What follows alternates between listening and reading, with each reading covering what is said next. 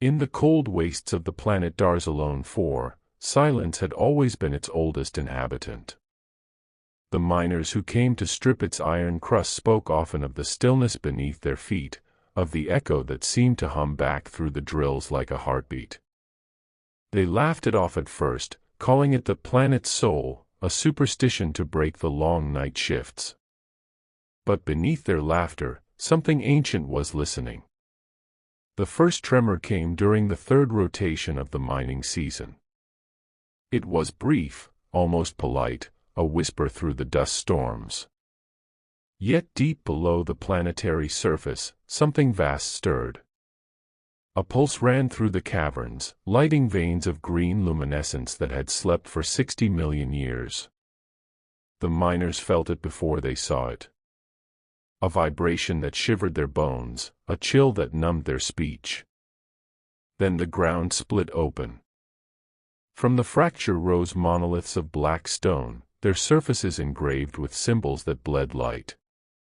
Machinery of impossible design hummed in alien rhythm, awakening after an eternity of slumber.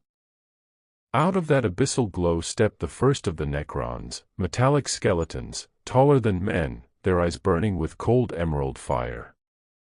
They moved without sound, their motion too precise, too deliberate.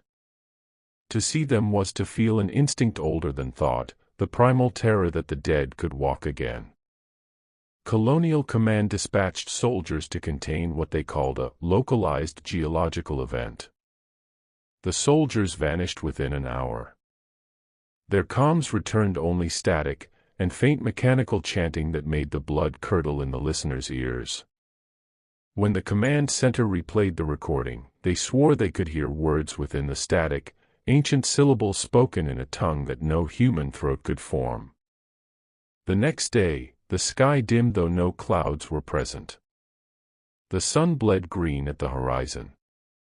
Over the colony's main settlement, machines began to fail, circuits corroded in seconds, data systems collapsed into unreadable code. Civilians fled to the shuttles, but the air itself grew heavy, resonating with that same buried pulse from below. And then the Necrons came. They did not march, they manifested, flickering into existence with impossible precision, phasing through matter as if the laws of reality bowed to their will. Their weapons whispered, and men turned to ash. Their Gauss flares unmade flesh, molecule by molecule, leaving behind nothing but shadows burned into the walls. Mothers screamed for their children, soldiers fired blindly, their bullets sparking uselessly against living metal. One by one, the civilians were herded, not captured, not imprisoned, but harvested. The Necrons treated them not as enemies but as curiosities, dissecting life with the fascination of a long-dead god studying its lost creation. Those taken into the tombs beneath Darzalone 4 were never seen again, though sometimes, at night, the surviving colonists could hear their voices, echoing up through the cracks, pleading for mercy that would never come. The Imperium would later classify Darzalone 4 as lost to Xeno's activity. No rescue fleets were sent. No prayers were offered. The world was sealed off, its name struck from the archives. But still, the signal remains. Faint, rhythmic, mechanical, broadcasting across the void, calling to others of its kind. Far away, in the silent dark between the stars, more tomb worlds begin to stir. Emerald eyes open beneath forgotten sands. The ancient legions of the Necronter remember their empire of death. And somewhere, beyond mortal reach, a voice older than suns murmurs in metallic reverence. The long sleep is over. The harvest begins. The storm came without warning. At 0300 local time, the skies above Darzalone IV's primary colony, a sprawl of steel domes and mining rigs, turned the color of oxidized copper. The aurora shimmered, unnatural in its symmetry, each line of light pulsing like veins in the heavens.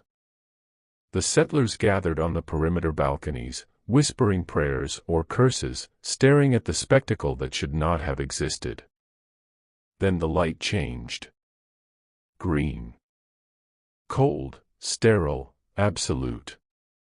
Lieutenant Rhea Voss, head of perimeter security, stood beside the comm array, her face lit by the ghostly glow. Her instruments screamed with static interference.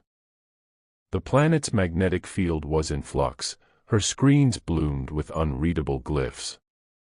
She tried to call the command tower, but every frequency came back with the same whispering hum, like someone breathing metal dust into her ears. She turned off her headset, but the hum persisted, vibrating deep in her skull. Below her, miners scrambled across the landing platforms as seismic alarms blared.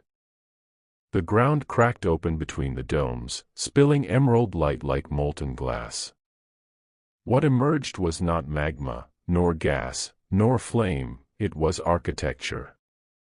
Towers of black metal, rising as if grown from the earth itself, angular and perfect. Each spire emitted a resonant drone that made the atmosphere vibrate. When the first Necron warrior appeared, no one fired. They simply stared. It looked like death-given structure, tall, skeletal, forged from metal that drank the light around it. Its eyes burned with faint, patient hatred. Its movements were mathematical. It turned its head toward the humans, and for a single instant, Rhea swore she could hear a voice inside her mind, a language older than emotion. Then came the second. Then 100. The soldiers opened fire. Lost bolts lanced through the night, ricocheting harmlessly from their bodies. The Necrons advanced without sound. Their weapons unfolded from their arms, pulsing with green energy. The first shot hit the eastern dome, turning 5 men into vapor. The second dissolved a gunship as it tried to lift off. Within minutes, the colony was chaos. Civilians ran between burning rigs, metal screamed as structures melted. Rhea tried to rally her unit, but one by one her soldiers disappeared in flashes of sickly light. She saw Sergeant Halvorsen attempt to drag a wounded man to cover, until the men simply disintegrated in his hands, leaving only his boots behind. Then came the Conopithec scarabs, tiny, insectal constructs that swarmed from the fractures, each no larger than a human skull. They moved like living mercury, devouring metal, chewing through holes, walls, even armor. One latched onto Rhea's wrist guard, slicing through it like paper before she smashed it against a railing. Its green optics dimmed as it died, but its body remained warm, like it had a pulse. The survivors fled to the tunnels, but the Necrons were already there. Their monoliths had materialized across the planet, surrounding the colony in a cage of energy. The air was heavy with static and burnt ozone, the screams of the dying were muffled, distant, as though the world itself was being silenced. By dawn, only a handful of colonists remained hidden beneath the mining complex. They huddled in darkness, their generator flickering weakly. Among them was Elias Caro, a geologist who had warned of strange readings months earlier, faint energy spikes from deep strata that no human probe could identify.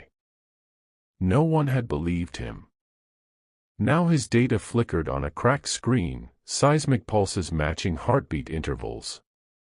The planet was alive, and they had awoken it. The survivors heard it before they saw it, the rhythmic stomp of metal feet above. The sound grew closer, slower, deliberate. Then silence. Elias pressed his ear to the metal wall, his breath catching. Something was digging. Not down, through. The wall ruptured in a perfect circle. Dust fell in a slow spiral. A figure stepped through, its eyes blazing emerald fire, its chest plate carved with symbols that shifted when looked upon. Behind it, hovering like a silent god, came a tall construct, angular, regal, crowned with circuitry like a pharaoh's headdress. Its staff pulsed with green arcs that corroded the air. Elias fell to his knees, trembling. The being looked upon him, not with malice, but indifference.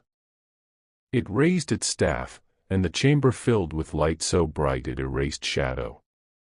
The others screamed, but their voices ended before they began. When the light faded, only silence remained. The bodies were gone. The walls glowed faintly where their shadows had been burned. Above the surface, the Necron Lord turned his gaze to the rising sun, though it offered no warmth.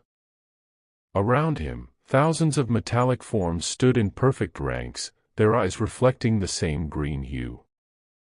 The colony was ash, the world was theirs again. In the far distance, an Imperial distress beacon tried to ignite, but before it could send a single pulse, a beam of energy sliced through the sky and silenced it forever. And so began the reclamation of Darzalone IV, the first of many awakenings. Humanity would call it a massacre. The Necrons would call it something else. Restoration. Days no longer passed in the ruins of Darzalone IV. There was no sun to mark time, only the pulsing emerald haze that hung perpetually over the shattered colony. The few survivors who had escaped the initial slaughter lived like vermin in the labyrinthine mining tunnels, where the machines above whispered in alien rhythm. Among them was Lieutenant Rhea Voss, bruised, burned, but still alive. Her once clean uniform was a patchwork of ash and dried blood. She carried a cracked laspistol and a flickering data slate filled with static reports from the surface. The slate looped one message over and over, its voice warped and stuttering.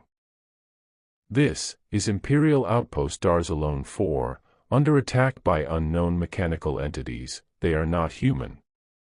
Then static. Always static. Rhea and 5 others, miners, engineers, a medic, hid deep beneath your shafts, where the air was thick with rust and dust. They rationed what little food remained, though most had lost the will to eat. Every few hours, they heard movement in the tunnels, the faint scrape of metal against stone, the echo of steps that came and went without pattern. The Necrons did not search like hunters, they swept through the underground in methodical silence, as if cleaning filth from their ancient halls. One night, when the survivors tried to rest, the ground shuddered. Fine dust rained from the ceiling, glowing faintly green in the dark. The lights in the corridor flickered, and a faint hum rolled through the walls.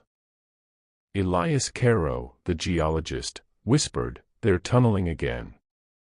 Rhea gripped her weapon. "They're always tunneling." "No," Elias said, staring at his scanner, "this time, it's closer." Before she could answer, a metallic voice resonated through the tunnels. It wasn't speech, it was vibration, an impossibly deep frequency that rattled their teeth and hearts alike. Yet their minds understood its meaning without translation. It was a command, and it wasn't directed at them. Across the caverns, machinery awoke. Massive gears turned. Dust cascaded from ancient pillars. From the depths rose structures older than humanity itself, carved from obsidian alloys that gleamed with shifting patterns. The tunnels were not mines. They were catacombs. Rhea's breath caught. "We've been living in their grave." The walls began to shift, sealing passageways, redirecting corridors. The survivors ran, their boots echoing against stone that now seemed alive. Behind them, the air crackled with discharges of green lightning. A mechanical shriek followed, the sound of the Konopitek wraiths emerging, their serpentine bodies phasing through solid matter. One of the miners screamed as a wraith passed through him, its phase blade severing his torso in silence. Another was dragged into the wall, leaving only blood that hissed against the stone. Rhea fired wildly, her bolts sparking harmlessly against the creature's shimmering carapace. Elias grabbed her arm and pulled her into a narrow side shaft. They stumbled into an old ore chamber, a vast hollow filled with rusting drills and abandoned vehicles. The hum was louder here, and in the center of the room stood something immense, a tomb gate, half buried in dust, carved with glyphs that pulsed like veins. It was opening. Through the widening crack, they saw movement, ranks of Necron warriors, thousands deep, marching in perfect unison. Each one emerged from a stasis coffin that slid open with hydraulic grace. Their eyes ignited one by one, an emerald constellation in the dark. Elias fell to his knees, whispering, "This isn't an invasion, this is an awakening." Rhea backed away, gripping her pistol though she knew it was useless. She looked up at the towering figures, ancient kings of metal, reborn to reclaim a world that was never truly theirs to lose. The hum crescendoed into a mechanical chant, echoing through every stone and bone. It was not rage, nor hatred, it was worship. The survivors fled deeper into the tunnels, guided by failing lights. Behind them, the tomb gate fully opened, flooding the caverns with a blinding green radiance. A colossal figure stepped forward, taller than any Necron before, its crown etched with shifting hieroglyphs. The overlord of Darzalone had awakened. He raised a clawed hand, and the chanting ceased. His voice, metallic yet regal, reverberated through the void. "This world was ours before the stars had names.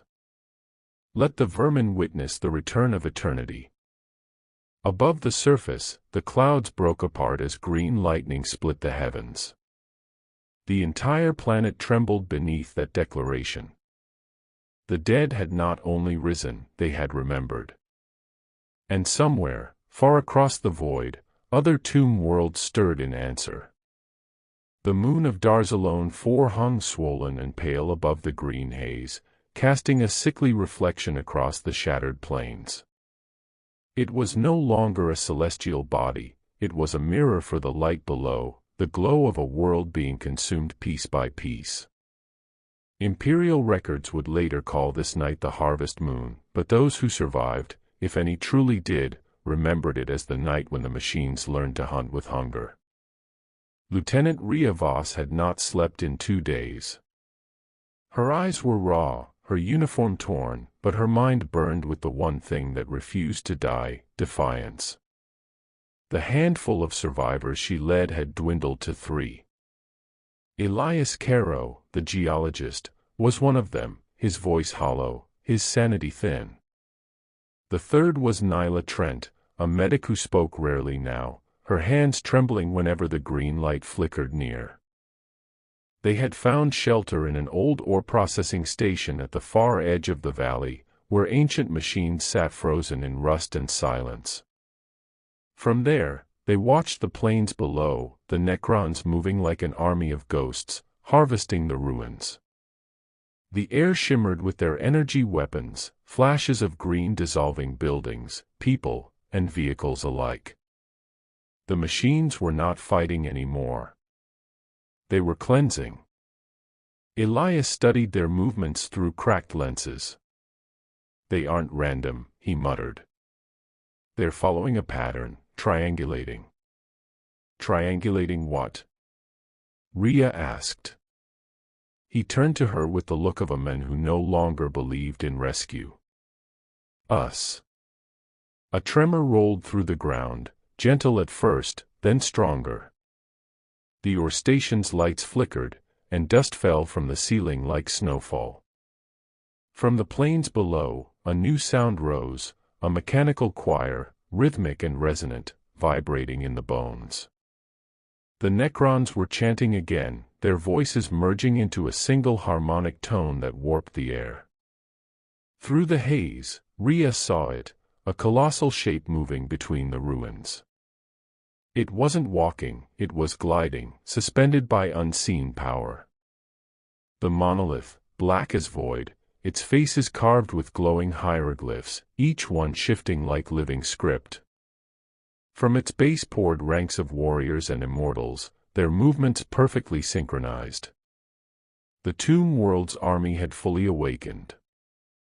Then came the harvesters. In the distance, Rhea saw civilians who had escaped into the wilds days earlier. They had built a camp around a crashed shuttle, hoping for rescue. The monolith halted above them. Its central crystal pulsed once, and the air twisted. Beams of green energy lashed downward, freezing every figure mid-motion. Their bodies shimmered, collapsing into dust as their life force was drawn upward, siphoned into the machine's heart. Elias turned away, retching. Nyla whispered a prayer that dissolved into tears. Rhea watched in silence, numb, her pistol clutched uselessly in her shaking hand. When the harvest ended, only ash remained, shapes of people burned into the ground. The monolith hovered in stillness for a moment, then turned, drifting toward the valley. "They're coming here," Rhea said. The three survivors gathered what little they could and fled through the rear tunnels. The deeper they went, the more the air shimmered with green reflections, light bleeding through cracks in the rock, pulsing like veins. They were beneath the skin of a dying world. At the lowest chamber, they found something new, an ancient Necron structure, buried but intact. Its surface was smooth and alive with shifting energy. Elias stepped closer, fascinated. "This isn't a tomb," he whispered. "It's a power nexus. They're drawing from the planet's core." Before Rhea could pull him back, a panel slid open in the wall. A figure emerged, tall, elegant, its body shaped like liquid metal. Its face was a perfect mask, expressionless yet aware. A cryptek. It studied them with silent curiosity. Rhea raised her weapon and fired. The shot vanished into the creature's chest without effect. The cryptek tilted its head, almost amused. Then it raised a slender hand. The world turned white.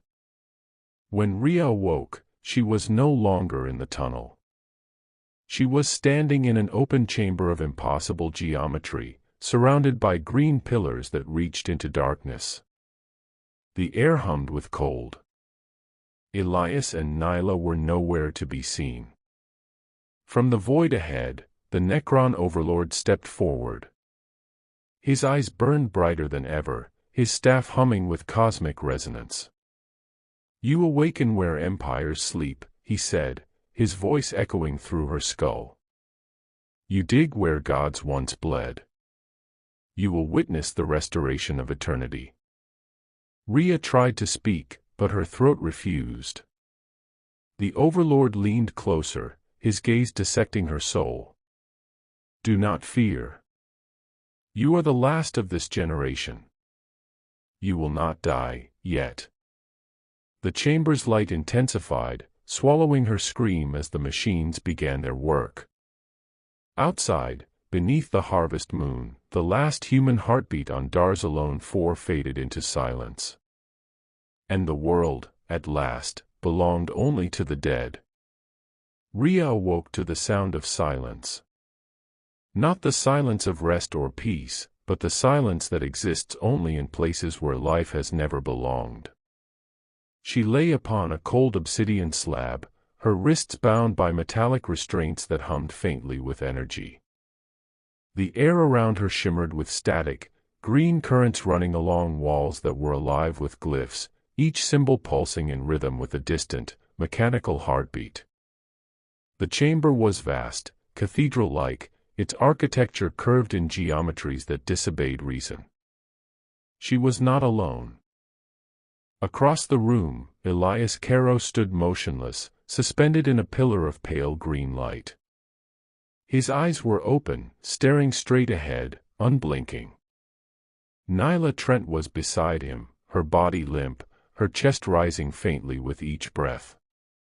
Machines hovered around them, floating constructs that resembled metallic insects, their limbs tipped with surgical instruments. They moved with horrifying precision, cutting, probing, repairing. Rhea struggled against her restraints. "Elias," she called. No response.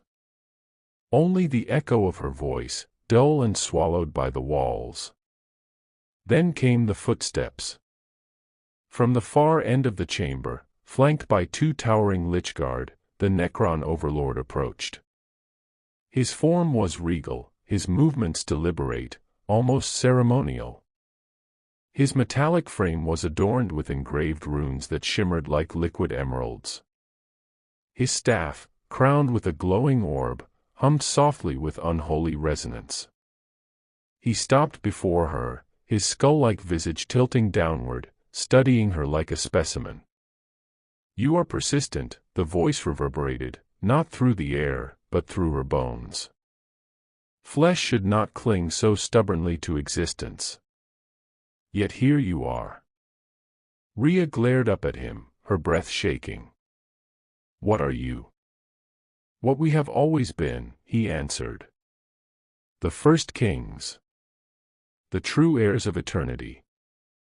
He gestured, and one of the hovering constructs projected a light before them. The air shimmered, and a vision formed, ancient, vast, and unbearable. Rhea saw a world of burning skies and towering spires of metal, countless eons ago. Beneath the dying sun of that alien world, the Necronter, once flesh, once mortal, marched in endless war. She saw them kneel before beings of living starfire, the Tan, the star gods, and she saw the betrayal, the transformation of flesh to machine, of soul to code. The Necronter became the Necrons, immortal, soulless, perfect in their damnation. "Our glory was stolen," the Overlord said. "But our purpose remained. The galaxy forgot our reign, yet the stones remember. The void remembers." Rhea watched in horror as the vision shifted, Necron legions entombing themselves beneath 1,000 worlds, sleeping for millions of years as the galaxy turned and changed. Civilizations rose, fell, turned to dust. Humanity appeared, ignorant and fragile, building their empires on graves older than their sun. And then, the awakening. She saw Darzalone 4, her world, long before the Imperium's first colony. The planet was a tomb world, its crust a mask over endless catacombs. The mining drills of humanity had pierced its skin, and the Necrons had stirred beneath the wound. The vision faded. The Overlord stepped closer. "You are parasites," he said. "Every race that crawls and breeds beneath the stars is but a shadow of our former dominion. You build your cities upon our altars.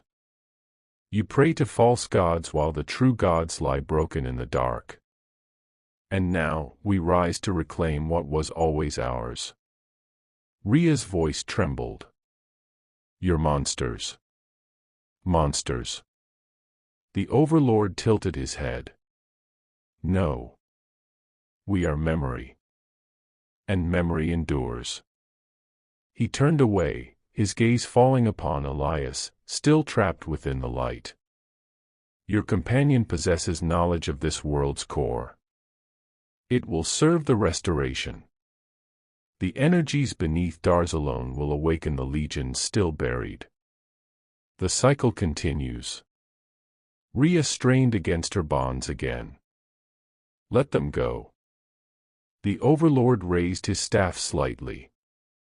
The energy field surrounding Elias intensified, and he screamed, a sound that twisted the air itself. When the light dimmed, Elias was gone.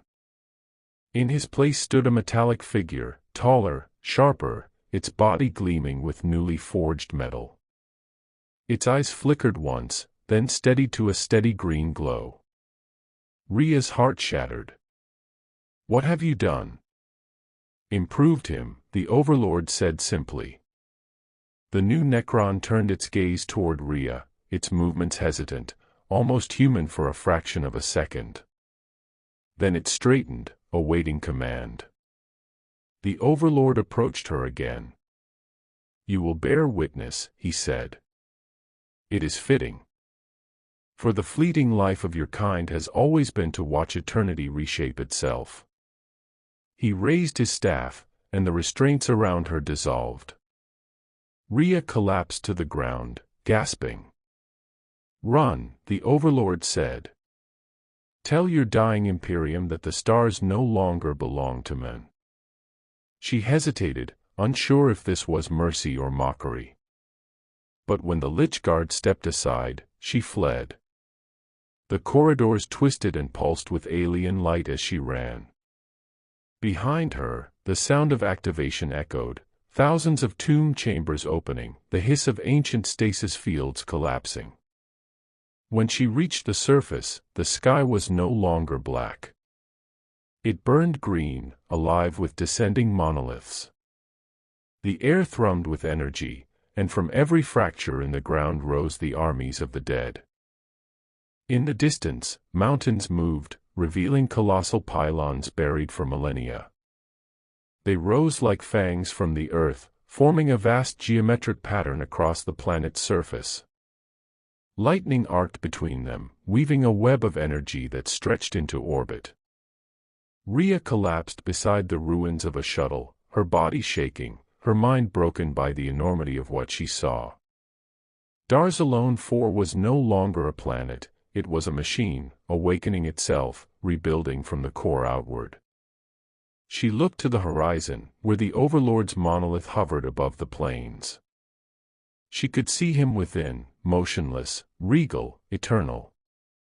Around him marched the legions of his kind, their metallic forms gleaming in the light of the reborn tomb world. Rhea whispered to herself, barely breathing, "No one will believe this." Above, the moon cracked, split by the same green energy that devoured the surface. Fragments drifted across the void, glowing like dying embers. And through the chaos, the voice of the Tomb King echoed across the planet, carried on waves of static and thunder. "The stars shall remember our dominion. The living shall remember their place. Let the harvest of galaxies begin."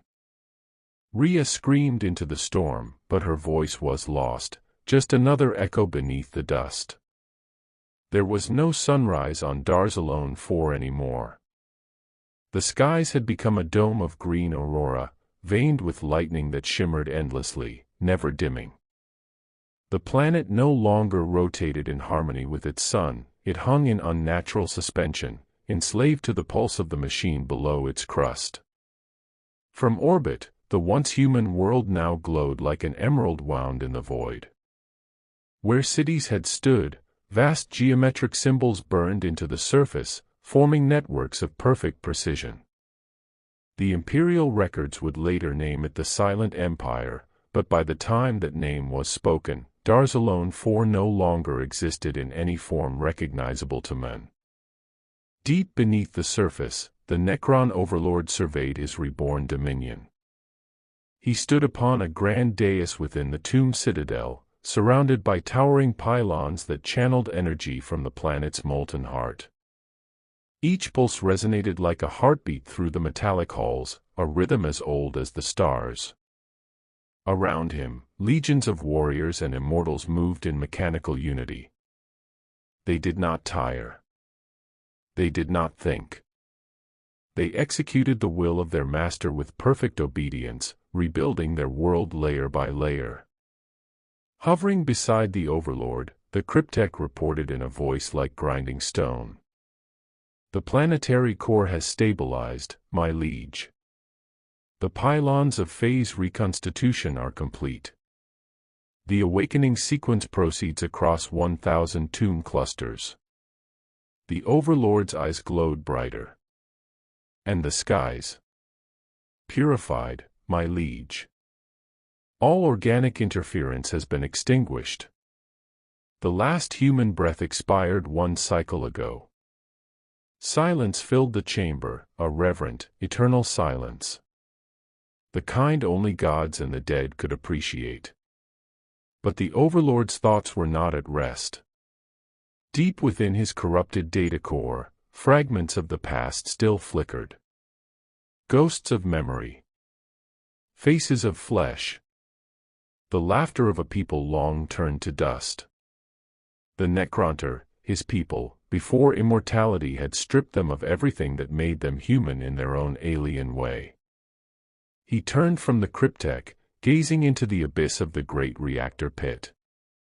Green energy flowed like rivers of liquid light, pulsing upward into the central spire. His mind reached across the network, feeling the presence of other tomb lords awakening across the sector. Worlds long dead now stirred. The Necron Empire was returning to the stars. Yet amid that cold triumph, a phantom thought rose from the depths of his machine soul: was this victory, or merely endless repetition? He banished the thought instantly. Doubt was a remnant of flesh, and flesh was weakness. Far above, in the ruins of the upper crust, a faint movement stirred among the debris. A figure crawled through shattered glass and dust, dragging a broken arm. Rhea Voss had survived the storm. Against all logic, against the will of death itself, she lived.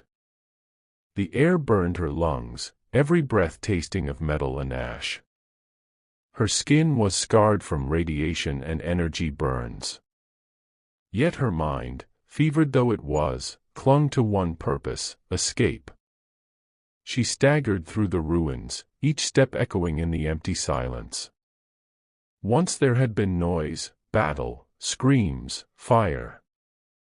Now, only the faint hum of machinery that stretched beneath every stone.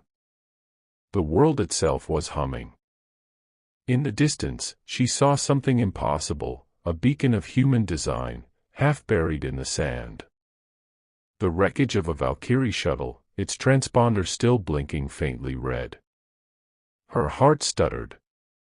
She ran toward it, stumbling over broken glass and bone. When she reached it, the signal flickered with weak life. A voice crackled through the comms, distorted but human. "This is Imperial Surveyor Ship Vigilant Dawn. We received a distress beacon from Darzalone 4. Repeat, this is the Vigilant Dawn." Rhea's voice broke as she screamed into the transmitter. "This is Lieutenant Rhea Voss. The colony is gone, listen to me. You must warn them. The machines, they're not human, they're..." The signal cut. Static filled the air. Then another voice answered, not human this time. Deep, metallic, and calm. Transmission acknowledged.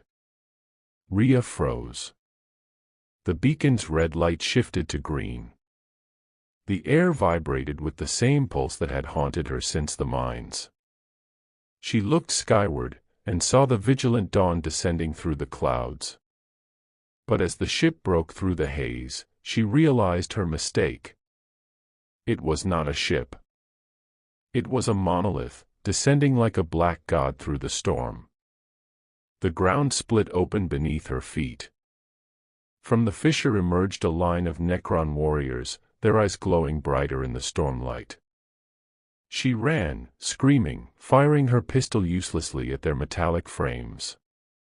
One beam struck the rock beside her, and she fell into the dust.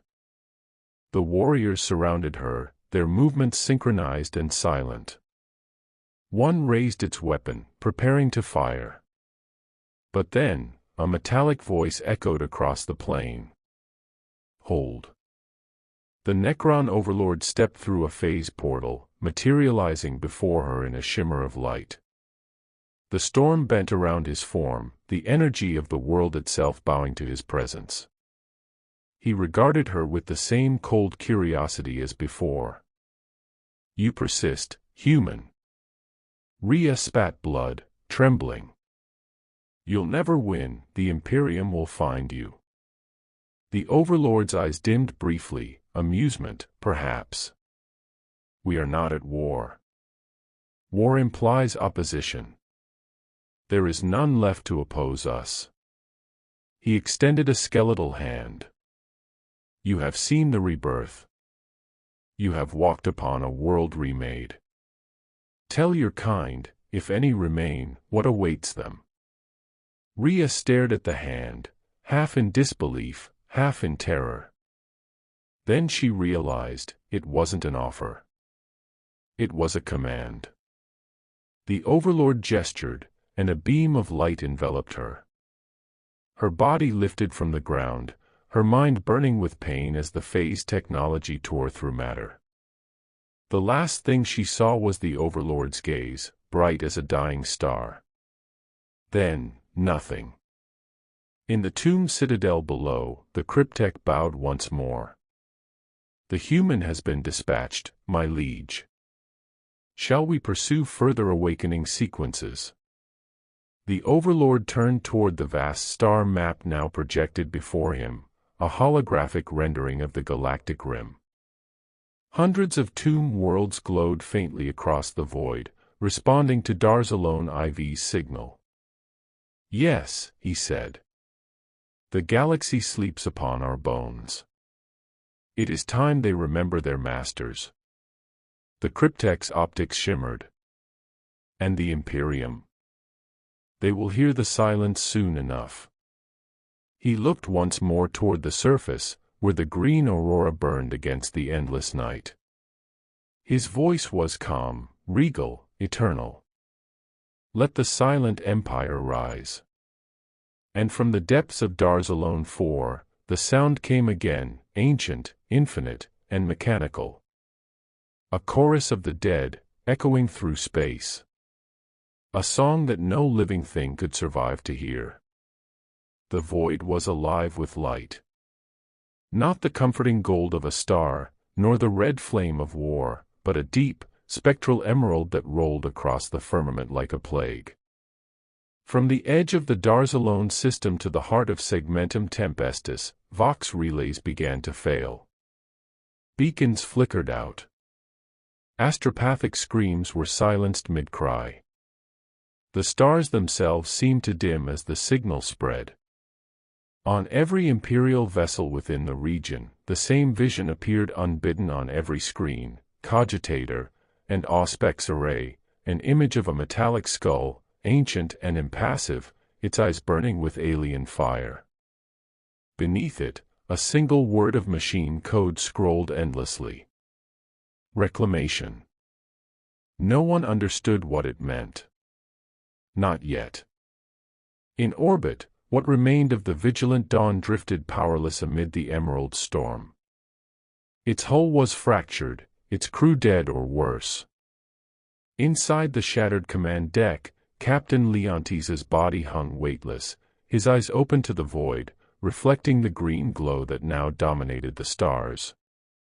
But the ship was not abandoned. Not entirely. Something was moving through the corridors. Metal scraped against metal. Doors slid open with mechanical precision.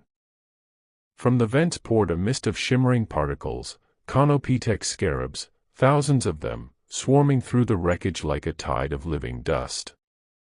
They crawled over the dead, dismantling flesh with clinical precision, recycling it into raw material. Bone dissolved, metal fused. The ship itself began to transform, its structure reshaping under invisible command. Within hours, the vigilant Dawn was no longer a ship, it was a beacon. A relay of the Necron network. A dark monument to what had been human. Beneath the crust of Darzalone IV, the Overlord stood before the completed resonance spire, the heart of his new dominion. The great structure pulsed with life, its surface carved with glyphs that had not been seen since before humanity's dawn. The cryptek approached, its staff crackling with stormlight. The signal expands across 12 systems, my liege. The ancient network reconnects. The tombs stir. The Overlord's gaze swept the spire's brilliance. And the interlopers. The Imperials. Their ships drift aimlessly. Their gods do not answer. They cannot hear through the storm. The Overlord turned away. Then it begins. The galaxy will remember its place. The cryptek hesitated. There are still survivors on the outer colonies, scattered humans attempting to flee. Shall we erase them? No, said the Overlord softly. Let them flee. Let them carry their fear to others. Fear spreads faster than any war. On the planet's surface, the transformation was complete. Cities had become cathedrals of living metal, their spires reaching for the storm above. The once blue seas now shimmered with radioactive light. In the distance, monolithic obelisks rose from the deserts, each one humming with the same pulse, the heartbeat of the machine empire. And among them moved the Necron legions, countless and tireless. They advanced in perfect formation, every movement synchronized through a shared will. Where they walked, the ground burned black. Yet, hidden in the ruins of an old manufactorum, a handful of humans still lived. Rhea Voss was among them. She did not remember how she had returned. Her last memory was the blinding light of the Overlord's portal, then darkness, then awakening in the wastelands, her body marked with strange circuitry beneath the skin.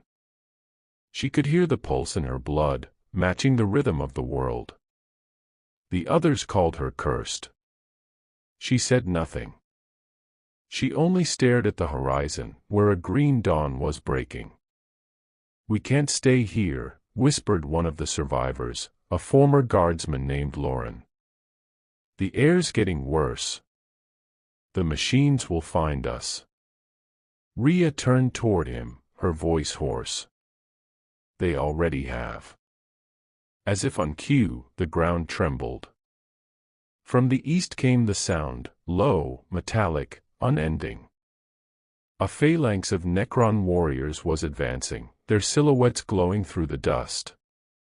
Panic erupted. Some ran, others prayed, some fired their weapons in desperation. The lasfire splashed harmlessly against their enemies' carapaces.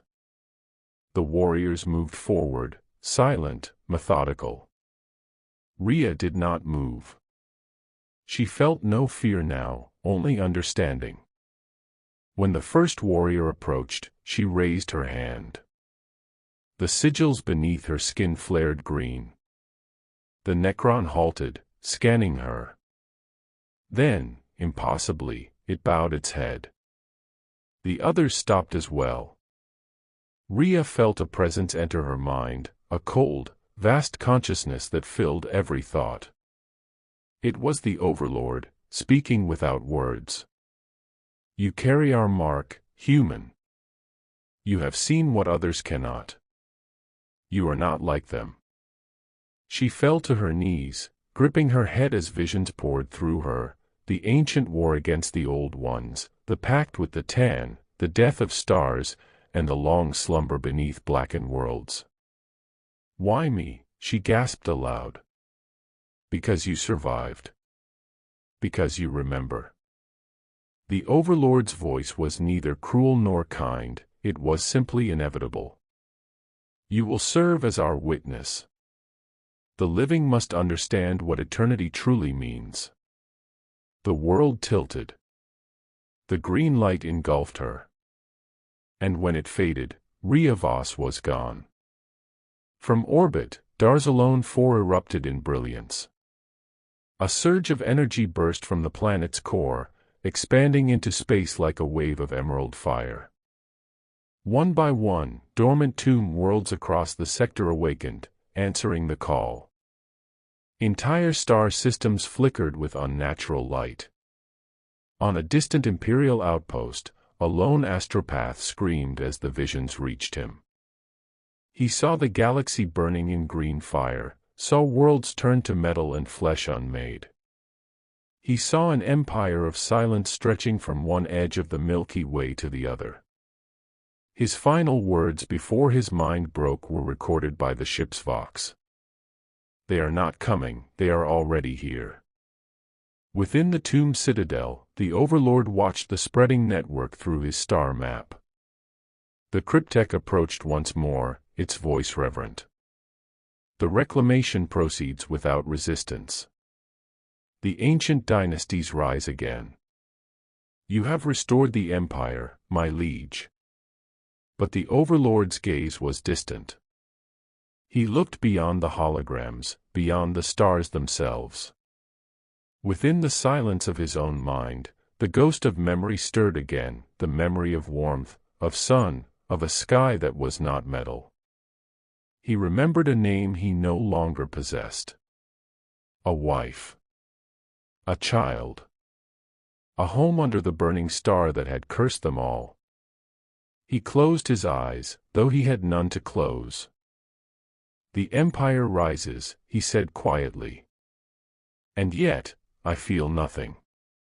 The cryptek did not answer. Machines did not understand grief. The Overlord turned from the map, his metallic footsteps echoing in the vast emptiness. He ascended the stairs toward the surface, where the eternal storm raged. When he emerged, he stood at the edge of his new world. The winds carried whispers of broken circuitry, the taste of ozone and ash. Lightning flared across the horizon, illuminating the monolithic spires that stretched to infinity. For a moment, the Overlord stood perfectly still, an emperor of the dead surveying his flawless kingdom. Then, with a voice like thunder in the void, he spoke to the heavens. "We are eternal. We are silence. We are the end." The storm answered in kind, its roar spreading through the ruins and the void alike. The pulse of the tombs grew louder, echoing across every world connected to their signal. Across the galaxy, countless beings looked up from their lives, humans, Xenos, heretics, and saw the sky turn green. They did not understand what it meant. But in that instant, every heart felt the same ancient dread. The age of flesh was ending. The eternal green had begun. Centuries later, Darzalone IV was a forbidden coordinate. No imperial chart bore its name, no Mechanicus data vault retained its records. It existed only as a silence, a void in every map, as if the planet itself had been erased from time. And yet, beyond the veil of sanctioned knowledge, whispers persisted. Traders spoke of ghost signals in the void, of green storms seen through warp breaches, of entire ships vanishing in the dark. The Imperium called it superstition. The Inquisition called it heresy. But the truth was neither. It was worse. For Darzalone IV was not gone. It was waiting. The Imperial cruiser Righteous Flame entered the system under orders of investigation. Its crew had been promised glory, the rediscovery of a lost world, perhaps relics of value, or proof of alien interference. Captain Varela, a proud veteran of the Segmentum Pacificus campaigns, commanded with unshakable faith. The moment they crossed the system's outer perimeter, all systems began to fail. Vox relays crackled, auspexes blinked with phantom readings, and the Geller field pulsed like a dying heart. The ship's chaplain began his litanies, his voice trembling as the prayers echoed against metal walls that suddenly felt alive. "Machine spirit, heed us. Emperor protect." The words faded as the forward-picked feeds lit with green light. There it was, Darzalone IV, suspended in its orbit, aglow with a ghostly radiance. Its surface shimmered with geometric lines that pulsed like veins. The captain ordered magnification. The crew obeyed, and what they saw froze every breath. The planet's surface was not rock or soil. It was metal, smooth, seamless, engraved with shifting patterns that rearranged themselves in real time. The structures were too perfect, too vast, stretching for thousands of kilometers. "Emperor's mercy," whispered the helmsman. "It's alive." Then the signal came. At first, it was only static, a hum, low and rhythmic, repeating at exact intervals. But gradually it formed into words. Not spoken, not heard, but known, imprinted directly into their thoughts. "The galaxy was ours before you were born." Panic tore through the bridge. The navigator screamed as blood ran from his nose. The ship's servitors began convulsing, their bionics sparking. The captain roared orders to cut the transmission, but the signal was not entering through their vox. It was coming from within. From the warp itself. The ship's sensors flickered, and then, contact. A monolith emerged from the planet's surface, rising through the storm like an ancient god. Its smooth sides reflected the light of the dying star, and as it ascended, hundreds more followed, a fleet of silent black pyramids, gliding without propulsion, without sound. The righteous flame turned to flee.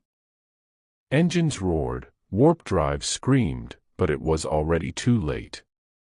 Green energy lanced through the void, cutting across the hull like sunlight through glass.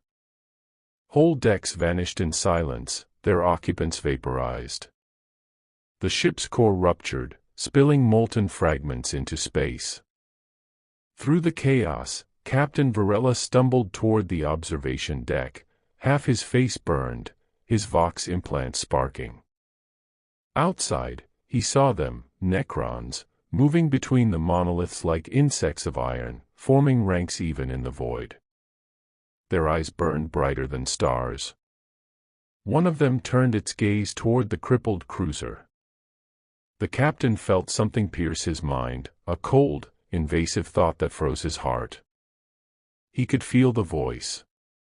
"You awaken the dead, child of flesh. Now you will join them." One of them turned its gaze toward the crippled cruiser. The captain felt something pierce his mind, a cold, invasive thought that froze his heart. He could feel the voice. "You awaken the dead, child of flesh. Now you will join them." And the righteous flame was gone. A burst of light, a ripple in space, then silence. The loss was recorded as an unsanctioned warp malfunction. Officially, Darzalone 4 remained non-existent. But fragments of the ship's distress beacon somehow escaped. Bits of data drifted through the void, intercepted months later by a Mechanicus relay orbiting a nearby system.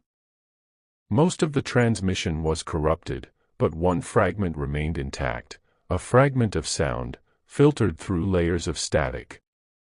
"They're still here, they never died, the dead remember." The Muggos who received the data died 3 hours later, 'cause of death, cranial overload. Deep below Darzalone 4, the Overlord stirred from stillness. He had not spoken for ages. Time no longer had meaning for him.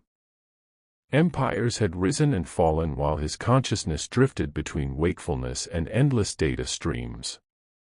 Now, the stars whispered once again. Another incursion. Another flicker of life disturbing the perfection of silence. The cryptek approached, its body adorned with new augmentations drawn from alien technology scavenged across forgotten worlds. "The flesh returns, my liege. The Imperium remembers this place." The Overlord's voice was calm, resonant, infinite. "Then they have learned nothing. Shall we cleanse them?" "No." The cryptek paused, confused. "They will come again. They will bring their fleets, their faith, their arrogance. Let them. Every intrusion strengthens our resolve. Every act of war feeds the storm. Soon, they will beg for our silence." He turned his gaze upward, through the planet's crust, through the sky, through the stars. His vision stretched beyond the void, to the billions of human worlds that glittered like embers waiting to be extinguished. We are patient. We are eternal. Let the galaxy tremble. The cryptek bowed low, the sound of servos whirring in reverence. The eternal green shall spread. And the Overlord raised his hand. At his command, the resonant spires across the planet pulsed in unison. The storm intensified, radiating outward once more. Across the galaxy, long-dormant tomb worlds began to glow. The Necron awakening had begun anew. On a distant outpost near the eastern fringe, a lone Imperial psyker jolted from his sleep. He had seen the vision again, a sea of metallic forms marching beneath a sky of emerald fire. Worlds cracking open like eggs. The voices of the dead whispering in unity. He stumbled to the Vox, his voice breaking with panic. "They're not machines," he gasped. "They're memories. The galaxy itself remembers them. They never left." Before he could transmit the message, his eyes turned green. His skin cracked like metal cooling under pressure. And then, with a final breath that echoed with mechanical distortion, he whispered, "Silence, eternal." Back on Darzalone 4, the Overlord stood upon his citadel's pinnacle, surrounded by lightning and storm. Below him stretched his legions, endless and perfect. The stars themselves seemed to bow before the glow of his empire. And for a fleeting moment, deeper than any logic could reach, something within his machine heart felt. Not victory. Not conquest. Something quieter. Regret. He remembered the Necronter, fragile, dying under the curse of their son. He remembered their desperation, their surrender to the Tan, their bargain that had given them immortality at the cost of their souls. He wondered, not for the first time, if death had been the kinder fate. But the thought passed, buried beneath millennia of obedience and command. The living were gone. The stars belonged once more to the dead. He raised his staff high, and the storm obeyed. Let the silence endure. The green light consumed the sky, and from that day forth, every transmission within 50 light-years began to fail. Darzalone 4 vanished once again, not destroyed, but forgotten. An echo in the dark. A whisper of the dead. Centuries later, an Imperial scout frigate detected an unknown signal beyond the halo stars, faint, rhythmic, like a heartbeat made of thunder. Explorator probes traced it to an empty void where no planet should exist. Then, the stars themselves flickered green. Moments before the signal cut, the ship's Vox recorded one final transmission. They were never dead, only waiting. In the darkness of the galaxy, a million tomb worlds stirred once more, their pulse merging into one endless rhythm. The age of mankind had entered its twilight. The Necrons had awakened. And silence ruled the stars.